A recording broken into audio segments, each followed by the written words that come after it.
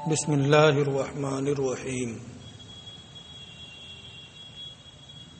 ولا یجمع بین الاختین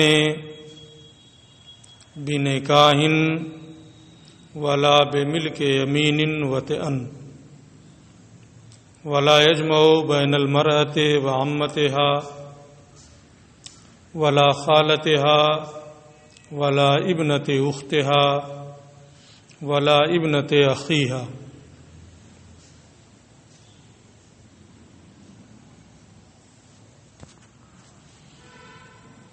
یہاں سے امام قدوری رحمۃ اللہ تعالی علیہ ایسی دو عورتوں کو نکاح میں جمع کرنے کی حرمت کا بیان کر رہے ہیں، جن میں سے کسی ایک کو بھی مذکر فرض کریں تو دوسری سے اس کا نکاح درست نہ ہو۔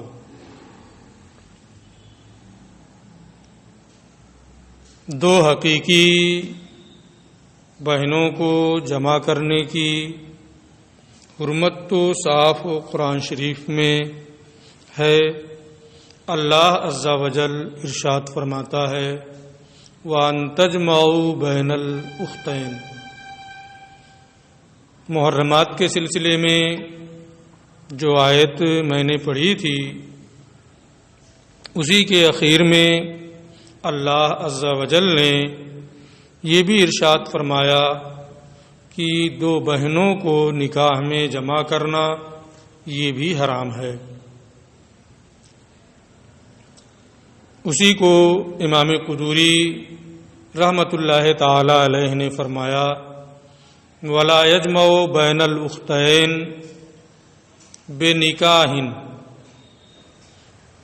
دو بہنوں کو نکاح میں جمع نہیں کرے گا۔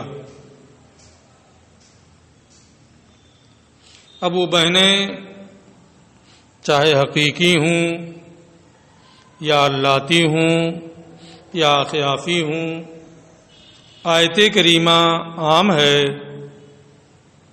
کوئی تخصیص نہیں ہے، اس لیے کسی بھی جہت سے وہ بہنیں ہوں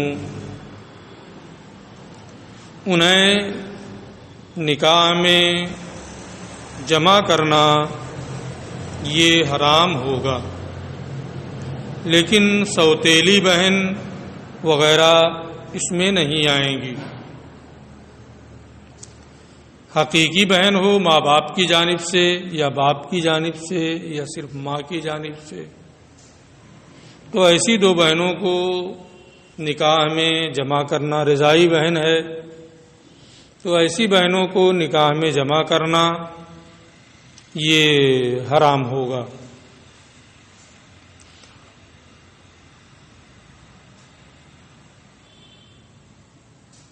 نکاح میں جمع کرنا صرف یہ نہیں ہے کہ دونوں بر وقت اس کے نکاح میں ہوں، بلکہ اگر اس نے عورت کو طلاق دے دی ہے اور ابھی اس کی عدت پوری نہیں ہوئی ہے تو زمانہ عدت ہی میں اس کی کسی اور بہن سے نکاح کرنا یہ جائز نہیں ہوگا۔ ہاں اگر اس کی عدت پوری ہو جائے تو اختتام عدت کے بعد اس کی کسی دوسری بہن سے نکاح کرنے کی اجازت ہے، لیکن جب تک وہ عدت میں ہے اس کی کسی دوسری بہن سے نکاح کرنا درست نہیں ہے۔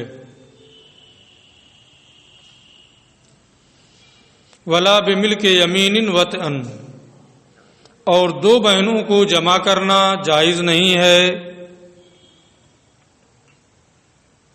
ملک یمین کے ذریعے سے وطی میں، یعنی کسی کی ملکیت میں دو بہنیں ہیں، دونوں کا وہ مالک ہے، تو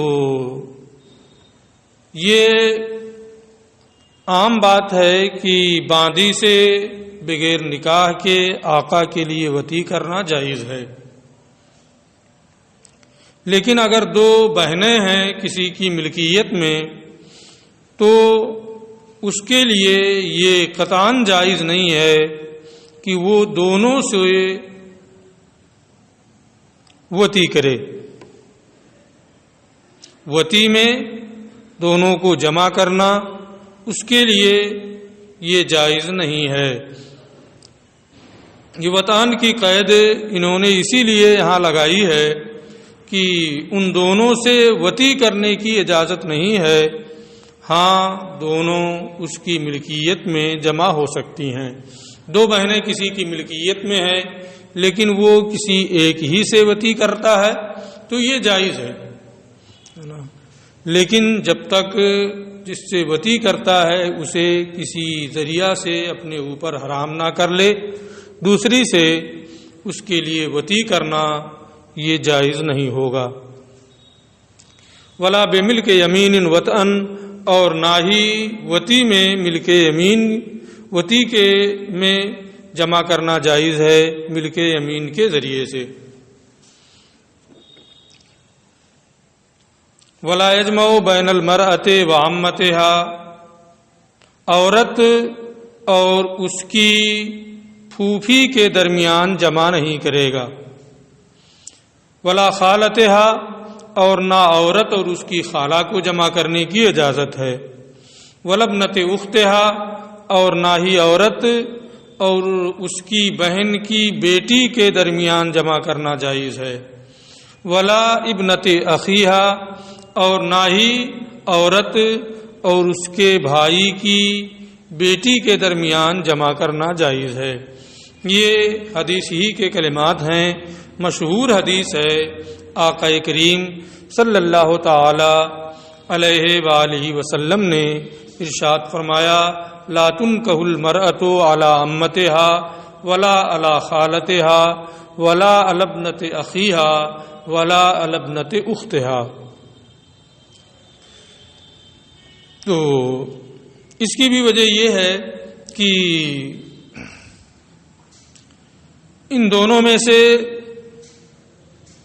کسی کو بھی کسی ایک کو اگر مذکر فرض کریں تو دوسری اس کے لیے حلال نہیں ہوتی ہے۔ ضابطہ یہ نیچے بتائیں گے کہ اس سلسلے میں ضابطہ اور قاعدہ کلیہ کیا ہے کہ جس سے یہ معلوم ہو جائے کہ کن عورتوں کو جمع کرنا درست نہیں ہے۔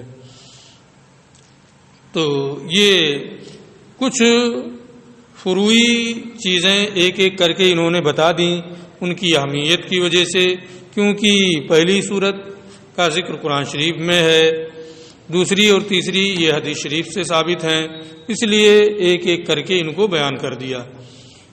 یہ کہ دو بہنوں کو نکاح میں جمع کرنا درست نہیں، وطی میں ملک یمین کے ذریعے سے دو بہنوں کو جمع کرنا یہ جائز نہیں ہے۔ عورت اور اس کی پھوپھی، عورت اور اس کی خالہ، عورت اور اس کی بہن کی بیٹی، عورت اور اس کے بھائی کی بیٹی کو جمع کرنا نکاح میں درست نہیں ہے۔ آگے یہ ضابطہ بتا رہے ہیں کہ اس سلسلے میں ضابطہ کیا ہے، قاعدہ کلیہ کیا ہے۔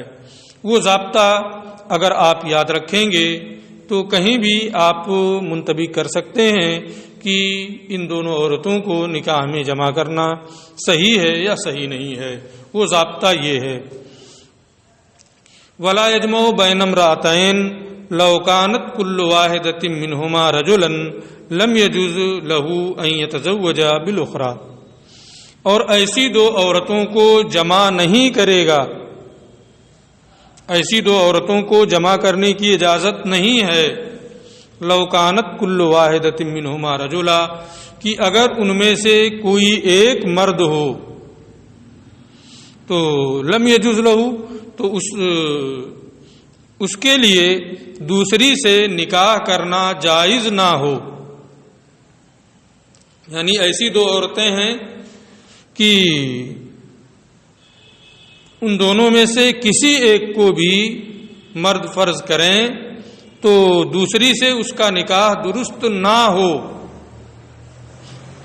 دونوں جانب سے حرمت آنی چاہیے. کسی کو بھی آپ مذکر فرض کر لیں تو دوسری سے اس کا نکاح درست نہ رہے. تو ایسی دو عورتوں کو جمع کرنے کی اجازت نہیں ہوگی. لیکن اگر کسی ایک کو مذکر فرض کرنے کے بعد دوسری سے اس کا نکاح جائز ہو جائے تو اب ایسی دونوں عورتوں کو جمع کرنے کی اجازت ہوگی. کسی کو بھی مذکر فرض کریں تو دوسری سے اس کا نکاح درست نہ ہو.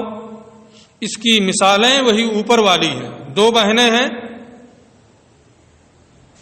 اب دونوں میں سے کسی ایک کو آپ مذکر فرض کر لیں تو دوسری جو ہوگی وہ اس کی بہن ہوگی اور اپنی بہن سے نکاح کرنا درست نہیں ہے. اپنی بہن سے نکاح کرنا درست نہیں ہے. تو کسی کو بھی آپ ان دونوں میں سے مذکر فرض کریں. جیسے ہندا اور سلمہ یہ دونوں بہن ہیں. ہندا کو آپ اگر مذکر فرض کرتے ہیں تو سلمہ سے اس کا نکاح درست نہیں. سلمہ کو اگر مذکر فرض کرتے ہیں تو سلمہ کا ہندا سے نکاح درست نہیں، کسی طرف سے بھی نہیں ہے. ایسے ہی عورت ہے اور اس کی پھوپھی ہے. ایک عورت ہے اور اس کی پھوپھی ہے تو ان دونوں کو بھی نکاح میں جمع نہیں کر سکتے. کیوں؟ اس لیے کہ اگر پھوپھی کو مذکر فرض کریں، پھوپھی کو اگر مذکر فرض کریں تو اپنی بھتیجی سے، وہ پہلے والی جو ہوگی وہ اس کی بھتیجی ہوگی، اس کے بھائی کی بیٹی ہوگی، ہے نا، تو اس کا اس سے نکاح کرنا درست نہیں ہے. اپنے بھائی کی بیٹی سے نکاح کرنا درست نہیں. اور اگر اس لڑکی کو مذکر فرض کریں، عورت کو مذکر فرض کریں تو کسی کا بھی اپنی پھوپھی سے نکاح کرنا، اپنے باپ کی بہن سے نکاح کرنا یہ درست نہیں ہے. تو یہاں حرمت دونوں جانب سے ہے. اسی طریقے سے خالہ ہے. خالہ کو اگر مذکر فرض کریں تو اپنے بہن کی بیٹی، وہ عورت اس کے بہن کی بیٹی ہوگی، اپنے بہن کی بیٹی سے اس کا نکاح کرنا درست نہیں. اور اگر عورت کو مذکر فرض کریں تو یہ عورت، اس عورت کا جسے مذکر فرض کیا گیا ہے نا، اس کا اپنی خالہ سے نکاح کرنا درست نہیں ہوگا. تو حرمت دونوں جانب سے ہے. عورت اور اس کی پھوپھی، یہ دو عورتیں ہوئیں، عورت اور اس کی خالہ، عورت اور اس کے بہن کی بیٹی، عورت اور اس کے بھائی کی بیٹی. یہاں 4 صورتیں بن رہی ہیں اور 4 صورتوں میں 8 عورتیں ہوں گی. ہر صورت میں 2 عورتیں، اور ان دونوں میں سے کسی ایک کا دوسرے سے نکاح درست نہیں ہے. اس لیے ان دونوں کو نکاح میں جمع کرنا بھی جائز نہیں ہے. وہی ضابطہ انہوں نے بیان کیا ہے کہ ایسی 2 عورتوں کو جمع نہیں کرے گا کہ ان میں سے کسی ایک کو اگر مذکر فرض کریں تو دوسری سے اس کا نکاح جائز نہ ہو. لیکن اگر کسی ایک کو مذکر فرض کریں اور دوسری سے اس کا نکاح درست ہو تو ایسی 2 عورتوں کو جمع کرنے کی اجازت ہے. مثال یہ خود ہی آگے کی عبارت میں اس کی مثال بھی موجود ہے. امام قدوری فرماتے ہیں وَلَا بَأْسَ بِأَنْ يَجْمَعَ بَيْنَ امْرَأَةٍ وَابْنَةِ زَوْجٍ كَانَ لَهَا مِنْ قَبْلِ. اور کوئی حرج نہیں ہے کہ عورت اور اس کے سابقہ شوہر کی بیٹی کے درمیان جمع کرے. عورت اور اس کے سابقہ شوہر کی بیٹی کو نکاح میں جمع کرنا یہ جائز ہے. مثلا زید ہے، اس کی شادی ہندا سے ہوئی ہے اور سلمہ سے. ہندا کو زید نے طلاق دے دی. سلمہ یہ زید کے نکاح میں ہے. سلمہ سے زید کی ایک بیٹی زینب ہے. تو ہندا یہ زید کی بیوی تھی لیکن اب مطلقہ ہو چکی ہے. زینب یہ زید کی بیٹی ہے لیکن سلمہ سے ہے. اب بکر یہ چاہتا ہے کہ ہم ہندا مطلقہ سے اور زینب سے شادی کر لیں. تو زینب یہ ہندا کے سابقہ شوہر زید کی بیٹی ہے. تو کیا بکر ہندا اور زینب کو نکاح میں جمع کر سکتا ہے یا جمع نہیں کر سکتا؟ تو اب وہی ضابطہ آپ کو دیکھنا پڑے گا کہ کیا دونوں میں سے کسی ایک کو مذکر فرض کریں تو دوسری اس کے لیے جائز ہے یا جائز نہیں ہے. تو اگر آپ زینب کو مذکر فرض کریں جو زید کی بیٹی ہے تو ہندا سے زینب کا نکاح کرنا مذکر فرض کرنے کی صورت میں یہ درست نہیں ہوگا، اس لیے کہ ہندا زینب کے باپ کی بیٹی ہے اور ارشاد ہے لا تنکحوا ما نکح آباؤکم، جس سے تمہارے باپ کا نکاح ہوا اس سے نکاح نہ کرو. تو اب زینب کا ہندا سے نکاح کرنا یہ حرام ہے. اس طرف سے تو حرمت ہے، اگر زینب کو مذکر فرض کریں تو ہندا اس کے لیے حرام ہے، لیکن اگر ہندا کو مذکر فرض کریں تو اب جب ہندا کو مذکر فرض کریں گے تو زینب سے اس کا کوئی رشتہ نہیں ہوگا اور ہندا کے لیے مذکر فرض کرنے کی صورت میں زینب سے نکاح کرنا درست ہوگا. تو یہاں حرمت دونوں جانب سے نہیں ہے بلکہ حرمت صرف ایک طرف سے ہے. اس لیے عورت اور اس کے سابقہ شوہر کی بیٹی کے درمیان جمع کرنا نکاح میں یہ جائز ہے اور درست ہے. ضابطہ وہی ہے کہ آپ کو یہ دیکھنا ہے کہ ایسی دونوں عورتوں میں سے کسی ایک کو مذکر فرض کریں تو دوسری اس کے لیے جائز ہے یا جائز نہیں. اگر جائز نہیں ہے تو ایسی دونوں عورتوں کو جمع کرنا بھی جائز نہیں ہوگا، اور اگر کسی ایک کو مذکر ماننے کی صورت میں دوسری اس کے لیے جائز ہو تو ایسی صورت میں ان دونوں کو جمع کرنا بھی جائز ہوگا. یہ بہت بنیادی چیز ہے، ضابطہ بھی یاد رکھیں اور جزیات بھی یاد رکھیں. اس میں بہت سارے جزئی مسائل آتے رہتے ہیں اور لوگ مختلف عورتوں کے بارے میں اس طریقے کا سوال کرتے رہتے ہیں. آپ اس ضابطے کی روشنی میں اس مسئلے کو حل کر سکتے ہیں. آگے امام قدوری فرماتے ہیں وَمَنْ زَنَا بِإِمْرَاتٍ حَرُمَتْ عَلَيْهِ أُمُّهَا وَإِبْنَتُهَا، زنا سے حرمت مصاہرت ثابت ہوتی ہے یا ثابت نہیں ہوتی ہے، یہ ائمہ کے مابین مختلف فیہ مسئلہ ہے. ہمارے نزدیک راجح مذہب یہ ہے کہ زنا سے حرمت مصاہرت ثابت ہو جاتی ہے، اور اگر کسی نے کسی عورت سے زنا کیا تو موتوعہ مزنیہ کی ماں اور اس کی بیٹی زانی پر حرام ہو جائیں گی. اپنے مذہب کی ترجمانی کرتے ہوئے امام قدوری رحمۃ اللہ تعالی علیہ فرماتے ہیں کہ من زنا بامراتن، جو شخص کسی عورت سے زنا کرے، حرمت علیہ، تو اس زانی پر اس مزنیہ کی ماں اور اس کی بیٹی حرام ہو جائیں گی. ہماری دلیل وہی آیت کریمہ لا تنکحوا ما نکح آباؤکم ہے.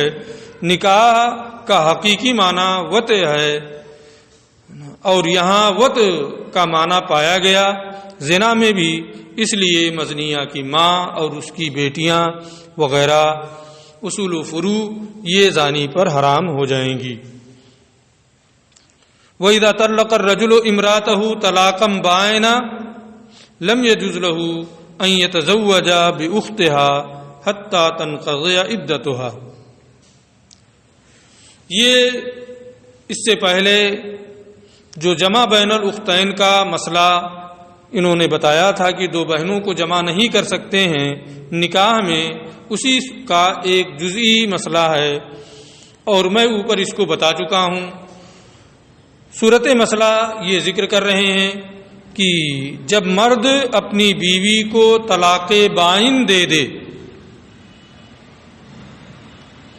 تو اس کے لیے جائز نہیں ہے، اس مرد کے لیے، کہ اس مطلقہ بیوی کی بہن سے نکاح کرے حتی تنقضی عدتها، جب تک کہ اس کی عدت پوری نہ ہو جائے۔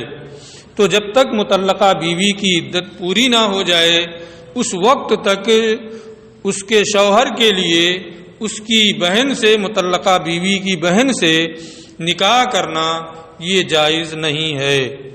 کیوں جائز نہیں ہے؟ کیونکہ جمع بین الاختین ہو جائے گا۔ نکاح تو ہے نہیں، طلاق دے چکا ہے، تو جمع بین الاختین کیسے ہو جائے گا؟ اس کی وجہ یہ ہے کہ ابھی نکاح کا اثر باقی ہے۔ نکاح کا اثر باقی کیسے ہے؟ کیونکہ اگرچہ وہ طلاق دے چکا ہے لیکن اس عورت کے لیے عدت ختم ہونے سے پہلے کسی سے نکاح کرنا درست نہیں ہے، تو اسے عقد کی اجازت نہ ہونا یہ اس بات کی علامت ہے کہ ابھی اس کے شوہر کے نکاح کا اثر باقی ہے۔ اور جب بعض حقوق کے باقی ہونے کی وجہ سے نکاح قائم ہے تو جب تک عدت پوری نہ ہو جائے، اگر اس درمیان وہ اپنی مطلقہ بیوی کی بہن سے نکاح کرے گا تو جمع بین الاختین لازم آئے گا، جس کی اجازت نہیں ہے۔ وَإِذَا طَلَّقَ الرَّجُلُ امْرَأَتَهُ، اور جب مرد اپنی بیوی کو طلاق بائن دے دے، طلاق بائن میں جب اجازت نہیں ہے تو طلاق رجعی میں بدرجہ اولا اجازت نہیں ہوگی، ہے نا؟ اس لیے انہوں نے طلاق بائن اعلیٰ کو ذکر کیا ہے، اعلیٰ کو ذکر کر دیا تو ادنا، ہے نا، اس کے ضمن میں سمجھ لیا گیا۔ جب مرد اپنی بیوی کو طلاق دے دے طلاق بائن، تو اس کے لیے جائز نہیں ہے کہ اپنی مطلقہ بیوی کی بہن سے نکاح کرے جب تک کہ اس مطلقہ بیوی کی عدت پوری نہ ہو جائے۔ کیوں جائز نہیں ہے؟ میں بتا چکا ہوں، کیونکہ نکاح کا اثر ابھی باقی ہے۔ وَلَا يَجُوزُ لِلْمَوْلَى أَن يَتَزَوَّجَ أَمَتَهُ، اور آقا اپنی بادی سے شادی نہیں کر سکتا، آقا کا اپنی بادی سے نکاح کرنا جائز نہیں ہے۔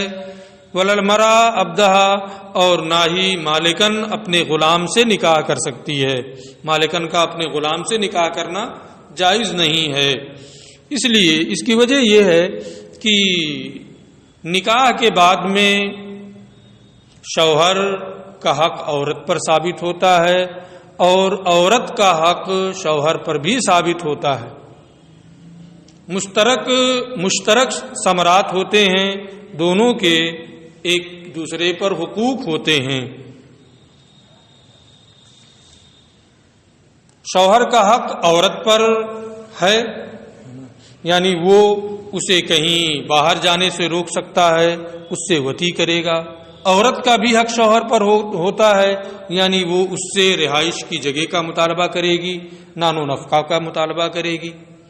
تو ثمرات مشترکہ دونوں کے درمیان ہوتے ہیں اور آقا پر بادی کا کوئی حق نہیں ہوتا۔ اسی طریقے سے مالکن کا غلام پر کوئی حق نہیں ہوتا ہے۔ اب اگر دونوں کا نکاح ہو جائے تو تضاد لازم آئے گا۔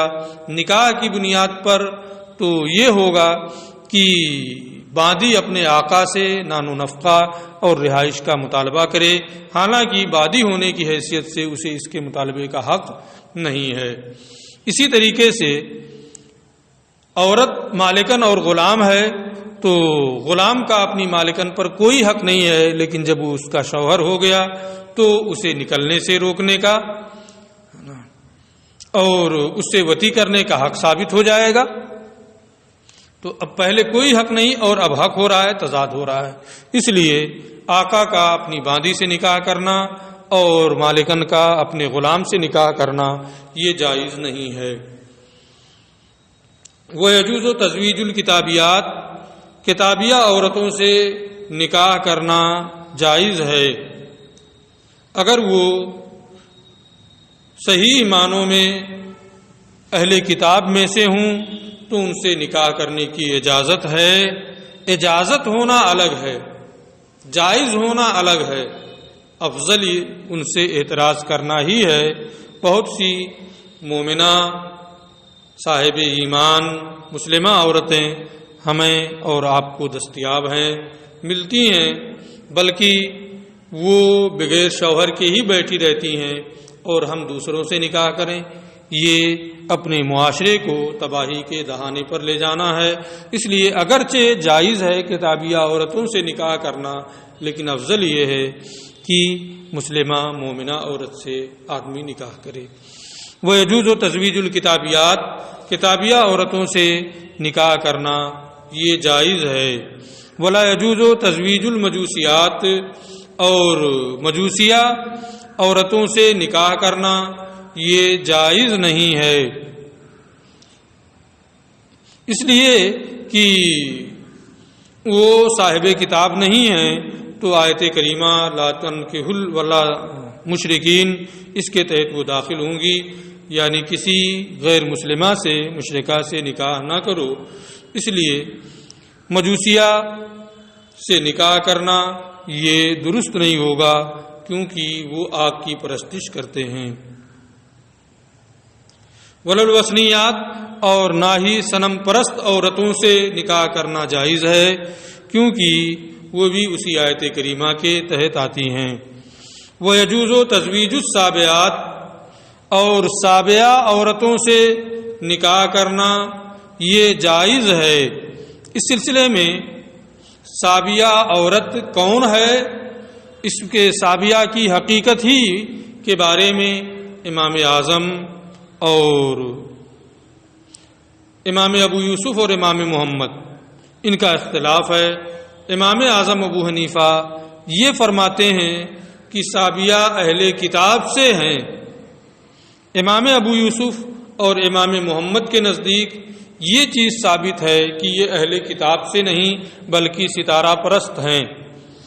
تو جب اگر یہ اہل کتاب سے ہوں تو بالاتفاق ان سے نکاح کرنا جائز ہوگا، لیکن اگر صنم پرست ہیں، اہل کتاب سے نہیں ہیں، تو بالاتفاق ان سے نکاح کرنا جائز نہیں ہوگا، ہے نا۔ تو اختلاف یہاں امام کا اور صاحبین کا سابعہ کی حقیقت کے سلسلے میں ہے۔ امام کے نزدیک چونکہ یہ اہل کتاب سے ہیں، اس لیے آپ یہ فرماتے ہیں کہ ان سے نکاح جائز ہے۔ امام ابو یوسف امام محمد کے نزدیک وہ اہل کتاب سے نہیں بلکہ صنم پرست ہیں، اس لیے وہ یہ کہتے ہیں کہ ان سے نکاح کرنا درست نہیں ہے۔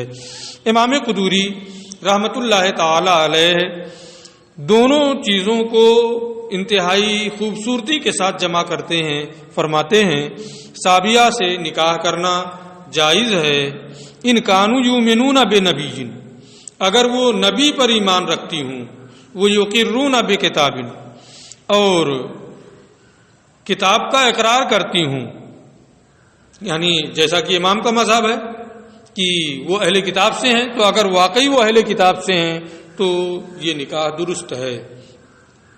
وَإِن كَانُوا يَعْبُدُونَ الْكَوَاكِبَ، اور اگر وہ صنم پرست ستارہ پرست ہیں اور ان کے پاس کوئی کتاب نہیں ہے، کسی کتاب پر اعتماد نہیں کرتی ہیں، لم یجوز مناکحتہم، تو ان سے نکاح کرنا جائز نہیں ہوگا، جیسا کہ یہی صاحبین رحمہم اللہ کا مذہب ہے۔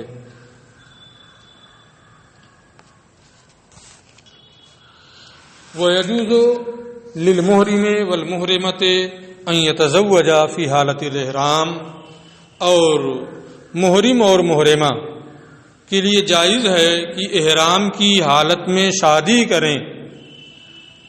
تو حالت احرام میں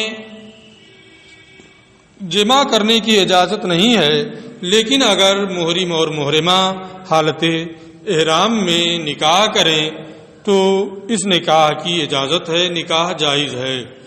بخاری اور مسلم کی حدیث میں حضرت ابن عباس رضی اللہ تعالیٰ عنہما سے مروی ہے کہ ان النبی صلی اللہ تعالیٰ علیہ وسلم تزوج میمونہ وہو محرم، آقا کریم صلی اللہ تعالیٰ علیہ وآلہ وسلم نے ام المومنین حضرت میمونہ رضی اللہ تعالیٰ عنہا سے نکاح کیا، اس حال میں کہ آقا کریم احرام کی حالت میں تھے۔